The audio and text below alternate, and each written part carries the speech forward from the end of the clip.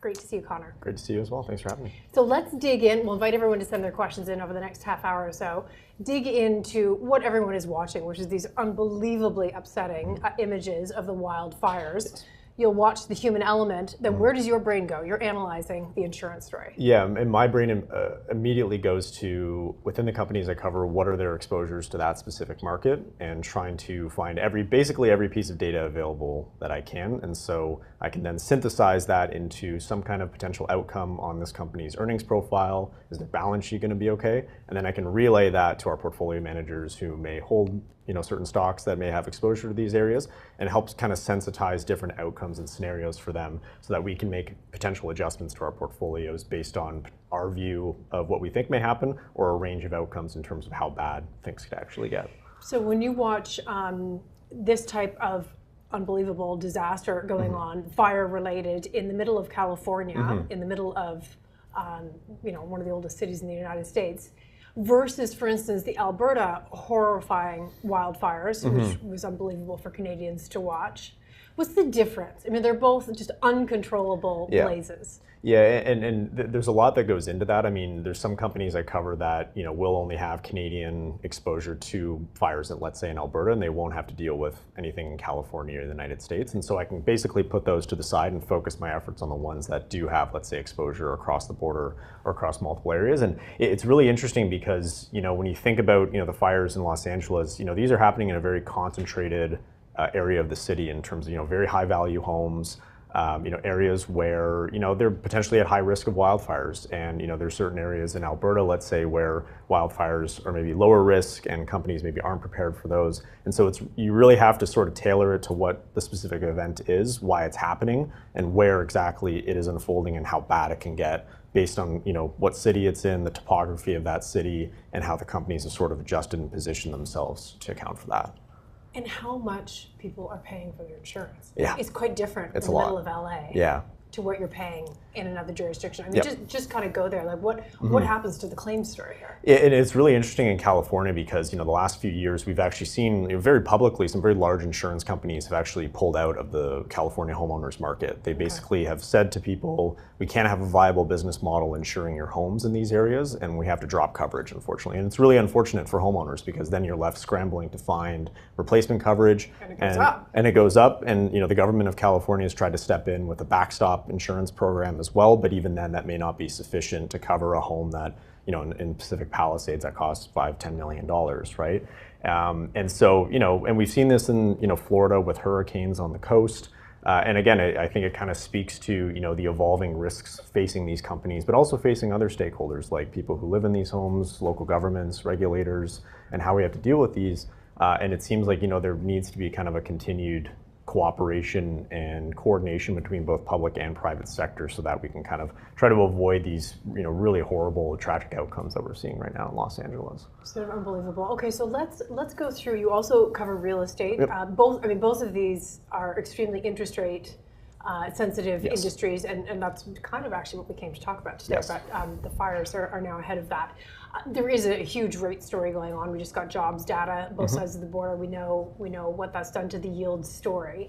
For real estate, what have you been watching for some time? Just sort of summarize the real estate story for the last sort of 6 months and maybe what you're getting ready for. Sure, yeah, and to sort of lay it out, I mean, the simple way to think about it is higher interest rates are bad for real estate.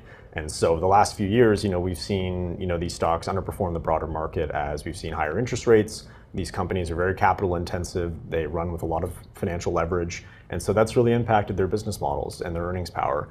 And so, rates spiking up like today aren't good for real estate stocks, unfortunately. But I think what we spoke about last time I was on in October is that there is a lot of dispersion within real estate. We can't paint it with a broad brush. We have to sort of dig a little deeper into the different subsectors within that. And there are some interesting stories, right? We spoke about data centers last time. We spoke about retail real estate actually doing really well. But then on the opposite side, things like office, is still having its troubles and issues across different markets there. And so, there are opportunities within them. You just have to look a little further to find them. So what has kind of evolved on that front? Because we know rates have come down. We've got a big cut in the US. We've had several in Canada.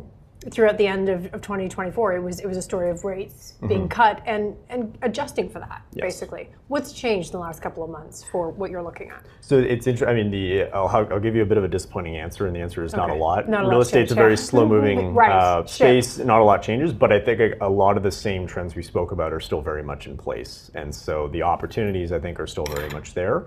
And we've seen really good jobs reports, and the U.S. economy seems to be doing pretty well, and so that is a good backdrop. But obviously the rate story has been volatile, and that can kind of introduce volatility into these stocks, but that can also create opportunity as well for us as investors. Right. I mean, when you're looking to sort of the promised land or what's being priced a few months out with having this many rates under their belt for all these different companies on the real estate side, what's being priced in sort of down, I don't know, midterm? I think what's being priced, is, there are certain sectors where fundamentals are improving. We've maybe exited, a COVID pull forward period, and we're now kind of at a more normalized period of demand and supply.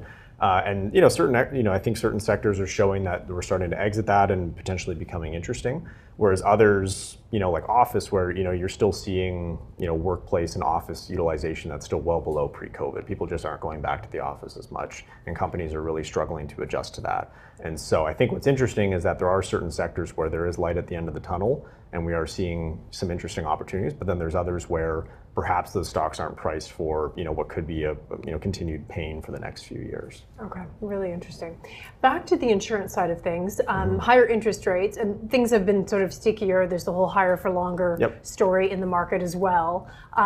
Bring us up to date on insurers from that perspective. We'll come back to the claims and the fires in a minute. But. Sure. So, if real estate companies don't like higher rates, insurance companies really like higher rates. And so, I sell you a policy, you pay the premium up front. I'm the insurance company, I don't have to pay out your claim for a few years, and so I can invest that money up front into government bonds or corporate bonds. That increases my earnings power if rates go higher, and the stocks have gone higher, and they've outperformed for the last few years, and so higher rates are good. And these companies have done a good job of locking in that higher interest income for the next few years and sort of preserving that earnings power.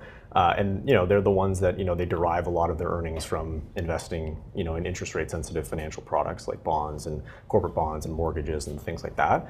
And so broadly speaking, higher rates are going to be good for these companies. Has it been priced in? I mean, have we seen that has run, and that's been a really interesting one to follow. To what extent is it baked in? I think consensus estimates definitely do capture the upward move in earnings estimates and earnings power, I should say, and we've seen that for the last few years. We're big believers that stocks follow earnings, and so but at the same time though, consensus maybe isn't always right, and again, we're always looking for opportunities where there's a mismatch between our expectations for a certain company and earnings power and what consensus has, and there are still opportunities out there where maybe not all of that has been baked in, and I think it again really speaks to the muscle that we have on our research platform, where we're able to sort of go company by company and sort of figure out where those opportunities are a bit mispriced. So when you're watching, for instance, insurance stocks right now, you're seeing what's into them is sort of the interest rate story. It's been very helpful ultimately. Then you see this story of everyone's going to need insurance in a new way, but also these companies are going to get hit by claims. Just take us through that sort of. Yeah, it's a bit of a bifurcation of pieces that fit into the stock price. Yeah, and when we think of how insurance companies make money, the one piece of it is I invest my float into bonds and whatnot, and I earn an income there, and then the other piece is the actual underwriting income. How much money do I make per policy that I sell and whatnot, in terms of how many dollars of claims do I have to pay out, and that's where I think that's where the real differentiation and the real stock picking comes in, because every company is so different, and it's such a big universe. Where even the Canadian companies I cover, they play in so many different lines of business that you really have to do the work to figure out where is the exposure, what are the certain conditions that are present within that line of business, and how is that going to impact the company's margins that it earns on products that they sell. And I think that's really where the opportunity is to really figure out where there's a gap, let's say, in expectations, and those are the opportunities that we want to take advantage of. Insurance companies, the big ones, have hoovered up smaller insurance companies, and that's been kind of the way they operated for a very long time. Are there adjustments in that sort of acquisition because some of the companies they may have thought they wanted to buy a year or two ago are watching some of these natural disasters. I mean, is that shifting? Yeah, and that happens a lot. I mean, you'll oftentimes see, one insurance company buys another, and they may, non-renew a bunch of policies that they acquire from the previous business. Let's say if they had a lot of exposure to a certain high-risk area for floods or wildfires, they may not really like that exposure, and so they're maybe going to try to shift and adjust their exposure so that, if a left tail event happens, they're not totally exposed, so they don't compromise their balance sheet in some way. I always find the research that insurance companies do incredible because they're looking at so many pieces of it, actually a demographic story in a lot of cases. Yep. How has that shifted? I'm sort of getting at, for instance, Toronto has flooding issues, and the research is really trained on that, and I'm sure that they insure differently in certain areas. Just speak a little bit to how that has developed as well. And I think insurance companies are really interesting because they have access to trillions of data points in terms of claims that come in, and when they sell products to customers and whatnot. And they have very sophisticated data sets and ways that they can model scenarios. They're big users of AI and machine learning and whatnot. And really what they're trying to do is understand that these risks that they're facing, whether it's floods in Toronto or wildfires in California, they are evolving, and they have to evolve in terms of how they position themselves.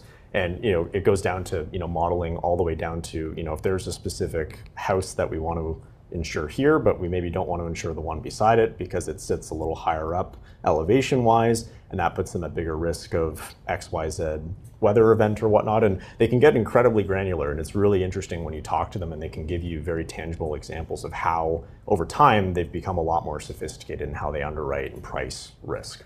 So interesting, and they probably also involved in that the story of immigration, which is caught in the sort of political shifting sands right now, for sure. But it's something that both industries will likely have to adjust to. On the real estate front, how is immigration impacting either way? It's slowing, we think, in Canada. What does that mean for real estate? So, I mean, the last few years, we've had obviously very outsized population growth, and I cover apartment landlords in Canada, and they have been a big beneficiary of outsized population growth. More people when they come to Canada, higher propensity to rent instead of buy a home, and so you're going to need somewhere to live, and that's been great for those companies. And you can basically flip that on the opposite end if, let's say, immigration is going to be a lot lower or population growth is going to be a lot lower. That could be a detriment to them in terms of just one less person coming to the country or coming into Ontario or Alberta that needs a place to stay and is looking to rent one of your available apartment units. So in theory, prices come down. Yes, in theory, yeah. And we've also seen, we always talk about, a longer term kind of structural housing deficit in Canada, which we do have. Right. But in certain cities, we actually do have oversupply in certain pockets. Which cities? Toronto, Vancouver, parts of Alberta, Montreal, so most of the big cities. So that's not consensus. No, and what's really interesting is it's not necessarily purpose-built apartment rentals. It's condo units. We had a big boom in condo construction during COVID. A lot of those buildings are now just being completed, just based on how long it takes. But what's happening though is a lot of those units actually, when they get delivered and completed, the owner isn't actually occupying the unit. They're usually going to rent it out to someone. Right. And that in turn is competing with a lot of the existing apartment units that are potentially vacant on the market. And so everyone knows the basic supply and demand fundamentals in economics. And so that is putting pressure on certain markets within Canada. The rate story, bring it into and layer it on top of that. So we have Canadian rates coming down, although from sort of a mortgage perspective, it hasn't really been felt in a lot of ways. There's a lot of renewals. That's more the buying up, not the rental market, but there's a real trickle through. Yeah, and when you think about it, I mean, there are still affordability issues within the rental market. When you think of, we look at them on a rent to income ratio in terms of, on a per month basis, how much are you paying out? And those are still quite restrictive, unfortunately, in some cities, right? In Toronto and Vancouver, and it does create pressure on the consumer, and it does impact their decision in terms of, do I want to live in a 1-bedroom by myself, or maybe I live in a 2 or 3 bedroom with some roommates, and they can maybe help ease the cost of living and whatnot. So we are seeing things like that. And with interest rates as well, that does impact, what kind of value are we going to put on this apartment building? The willingness for people to transact and buy and sell apartment buildings and capital to flow into the industry. So it has very far-reaching implications. It affects, not only the owners of real estate, but the users of real estate. capital providers to real estate. And so those are all things that I have to take into consideration when I'm talking to my PMs on that topic. Is there clarity? I mean, there's this argument that things are a bit frozen, so it's hard to, the price discovery still kind of needs to happen. Yeah, and we've been in this kind of frozen period for the last few years, and there are maybe some early signs that we're starting to thaw a little bit. And it's very much momentum driven, right? More transactions means more transactions, which means more transactions, and that only improves pricing. And so all it takes those first few to happen, and there's a lot of friction, unfortunately, with those first few, and so you just have to get over that initial hump. And unfortunately, rate volatility doesn't usually help at all, because it does introduce some uncertainty into your cost of financing associated with a certain asset or whatnot. But we are maybe beginning to see signs that we're thawing a little bit. On the commercial, on what you discussed last time, data centers, is there sort of the large warehouse plots of land ultimately that could be used for things like that?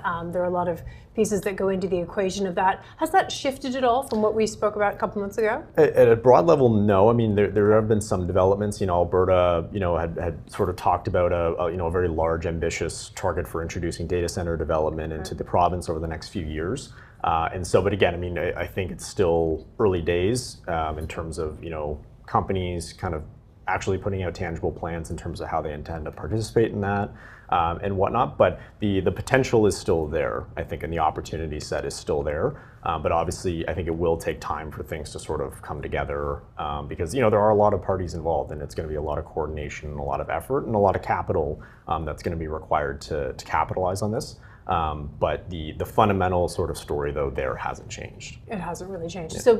So on the commercial, take it into the commercial, and also sort of the office side of things, again, a bit frozen, or are we seeing that starting to move? And what's interesting is, in 2022 and 23, we saw this sort of wave of, return to office kind of initiatives across companies. And I have access to data where I can track, office utilization levels across different cities. And, that data is collected through, your badge swipe. When you come in, you type wipe your badge, and then you enter the office and whatnot, or it pings cell phone data downtown or things like that.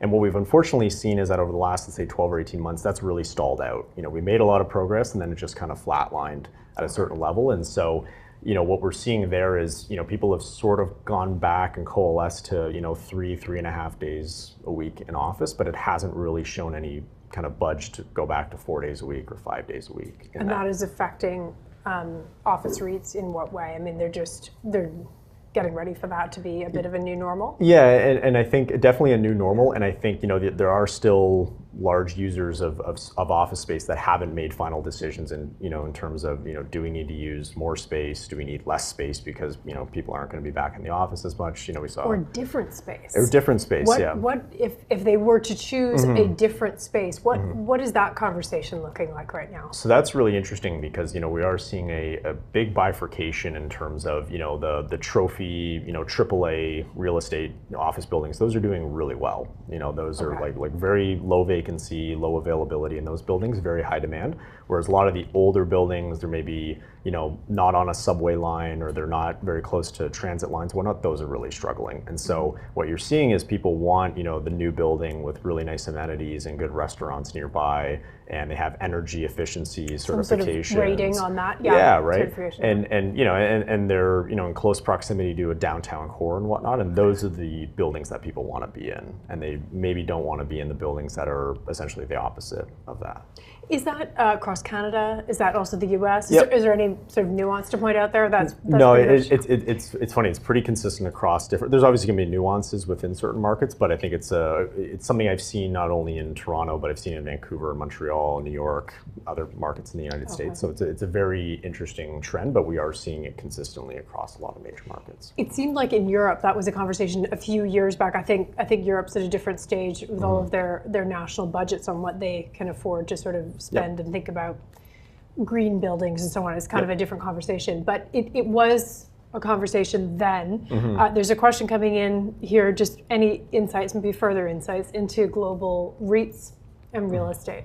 Yeah, I mean, I think the way I think we try to approach it is, very market specific and, very bottoms up, and try not to approach things, with too broad of a brush, because again, there is a lot of dispersion within, the Canadian market versus the US market. And I think the advantage of the Fidelity platform is, we have REIT analysts outside of Canada. We have a US REIT analyst who sits in London, and we have, REIT analysts who sit in Asia as well and cover, the Australian market and Hong Kong and Japan and whatnot. So I think it's, the advantage of our platform is that we can leverage insights across the globe and basically figure out that, maybe this interesting dynamic is happening in Canada, maybe it looks very different in Europe. Right. Like office would be a great example of that, where in North America, North America has lagged behind in terms of return to office and whatnot, whereas Europe and Asia were very quick to get back to office in terms smaller of apartments. Smaller apartments, tougher to work from home, and so so that's an example of maybe not painting it with a broad brush and sort of trying to be a bit more bottoms up and a bit more fundamental to sort of figure out where that dispersion lies. So that's bottoms up, fundamental. Let's layer on another macro, the currency story, which is related to the interest rate dispersion story. So you have basically what is a strong dollar doing to the global real estate picture for the companies that you're following, which may well be exposed around the world, or at least to a couple of different markets, and dealing with a higher dollar. Yes, it's interesting because it affects a lot of my companies differently. A lot of the real estate companies I cover are very pure play Canadian companies, so there's not much. But what's interesting though is that you would think about it, a weaker dollar would actually make Canadian real estate more attractive to a financial buyer, let's say, if you're looking to invest in Canada, right? We have seen evidence of that. There have been some private equity real estate buyers that have been looking at Canadian assets and whatnot, and the currency has been very accommodative for that. For a lot of the insurance companies I cover, while they're in, it seems like this is the case for a lot of TSX listed companies where you're listed in Canada, but you have a very US presence or an ex-Canadian presence. And a lot of my companies are like that, where they derive the majority of their earnings in US dollars. Right. And so there's even if they're located, like even if the actual real estate is somewhere else, they're probably writing either mortgages, like it's probably all done. Yeah, the financing is done in the dollar. Yeah, and it's more my insurance companies where that dynamic plays out, where you have the great currency translation benefit, where majority of your earnings are in U.S. dollars, but you report in Canadian dollars, let's say, and so that has been a big beneficiary for a lot of those companies. Because the Canadian market unfortunately is only so big, and so these companies over time have sort of branched out into other geographies to sort of expand their footprints and kind of advance their strategies in that way. So just to kind of finish the loop there, or close the circle, the U.S. dollar story for Canadian real estate companies invested abroad can be good. Can be, yeah. I mean, is it mostly good for the? I mean, you want to be an investor looking at the ones that are mostly good, but I mean, how careful do you have to be there? I think it's interesting because when you talk to let's say U.S. real estate investors, like private equity investors, a lot of people really like the Canadian market. They like the longer term demographics. There's a lot of areas where there's supply constraints to build new real estate, and I think tying it to a weaker Canadian dollar, that's actually good for foreign investment in real estate in Canada. Okay. And there are tangible examples of that. And if you kind of put everything else equal, that maybe just makes it a little bit better of an opportunity, let's say, for them to explore within Canada across different asset classes. Perfect. Okay. So interesting. We've spoken a little bit about retail, but I just want to kind of come back to that, and then we'll finish with insurance. But on the retail front, remember for years we used to talk about the U.S. being over-malled. Yes. M-A-L-L-E-D, not another version of that. But and then those things got redeveloped and turned into something else. We do not seem to have the same problem here, but there is a redevelopment of retail space. Just walk us through that a little bit. Sure. Yeah. In Canada, it's a much less overbuilt market, if you will, and we have a lot lower retail square footage per capita, and our retail landscape is very different. But what a lot of my companies talk about, though, is we met with a lot of them recently as well at some conferences. But they'll have, let's say, for example, excess parking space in one of their shopping centers where we have 100 spaces, we don't really use them, and what they can do is they can get that land, they can basically carve it up, get it entitled and rezone for residential use, and they actually build, let's say, an apartment building or whatnot, and be actually contributors to sort of aiding and reducing housing supply deficit and whatnot. So there are opportunities there where companies are taking advantage of owning really valuable and well located real estate, right? And they can build it right beside a grocery anchored shopping center, for example, right? It makes a ton of sense. Maybe it's right near a new transit line or whatnot. So there are examples of that happening, and I wouldn't be surprised to see more of that occur moving forward. Okay, really interesting. Finish up on the insurance front for us, as investors are going to be watching with concern for the human aspect of what's going on right now. What do investors need to think about as they're watching these horrific fires, hopefully slowing down, but there'll be an impact ultimately on the structure of how insurance is written.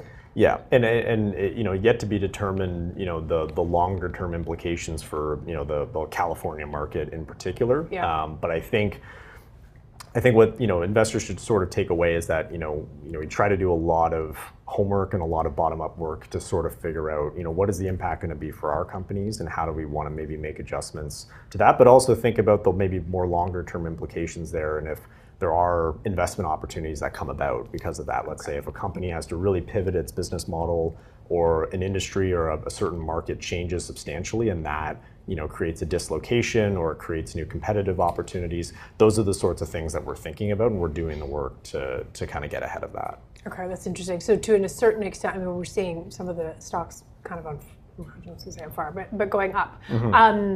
But that may kind of even out. And then there might be some opportunities. Perhaps, yeah. And again, I think it's going to be dependent on, you know, company by company, and there is a lot of dispersion within that. And that's, I think, where the opportunity lies, is sort of figuring out, you know, where the gap in expectations exists. And if we do our homework and we do enough work, then hopefully we'll be able to find and capitalize on some of those. Fantastic. Conor MacGrath, thank you for joining us and keeping us up to date on these important sectors that you follow. Thank you.